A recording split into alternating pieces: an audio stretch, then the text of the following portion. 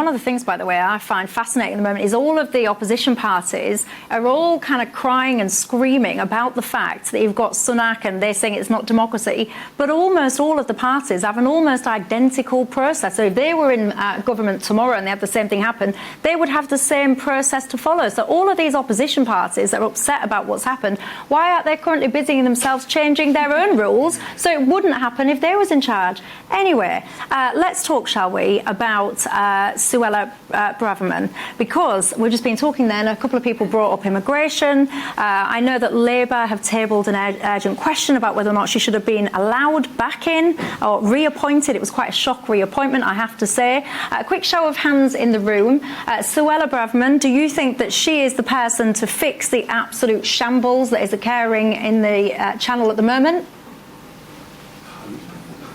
I would say probably, well, actually, I'd say more than 50. I'd say you've got about 60-70% of the room actually think that Suella is the woman for the job. Do you think she is, Kevin? No, I don't. No, I don't think she is. And I'll tell you, there's two things about. I knew that wouldn't be popular, right? I'll tell you, there's two things. Number one, what is true is that people in this country, Labour and Tory voters, are and remain worried about immigration and the levels of it and what's happening, right? Yeah. This government hasn't fixed it. They said they would. They banged on about it. They didn't fix it.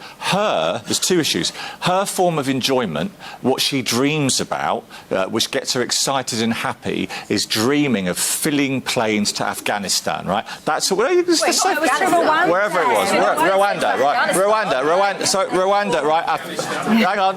Right, Rwanda. Slip. Right. No one's being sent to Rwanda. Right. Rwanda. Well, they're not, right? But so she was dreaming and getting excited about sending planes full of people to Rwanda. Yeah. That was a bit weird. The other thing is... Hang on, that's not weird. That is finally getting a grip of the situation. Well, that's her doing a job. Getting a grip's one thing, right? And dealing with immigration is one thing. But if you're getting enjoyment and excited about a plane full of people being packed off somewhere else, whose individual stories we don't know what they are, it's just I think that's a bit weird to get excited about that. Now, on the other thing, should she be Home Secretary when a few weeks ago she was sacked for sending highly secret emails to people she shouldn't? She was.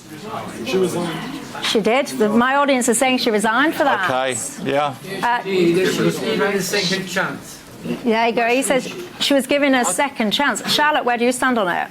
No, I don't think she should have been reappointed. There's two of you that don't think that. Yeah, and I think we have seen over the last, couple of years, a real challenge around the integrity of the of government, of the political system.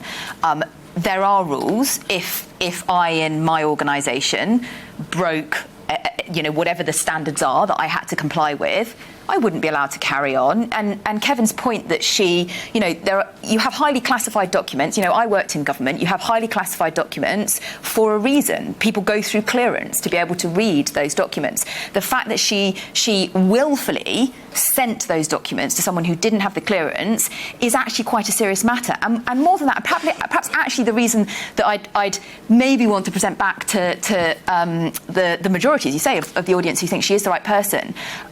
What's actually been coming out since is that she wasn't really meeting with the senior officials who were responsible for the border agency and immigration policy. That actually she wasn't really on top of a lot of the brief. So by all means, have a robust, strong Home Secretary who is going to get a grip of the challenges. There was a clear manifesto pledge to deal with the boats. And let's face it, none of us want to see the boats coming over and, kids drowning in the sea and, all of this stuff. It's out of control.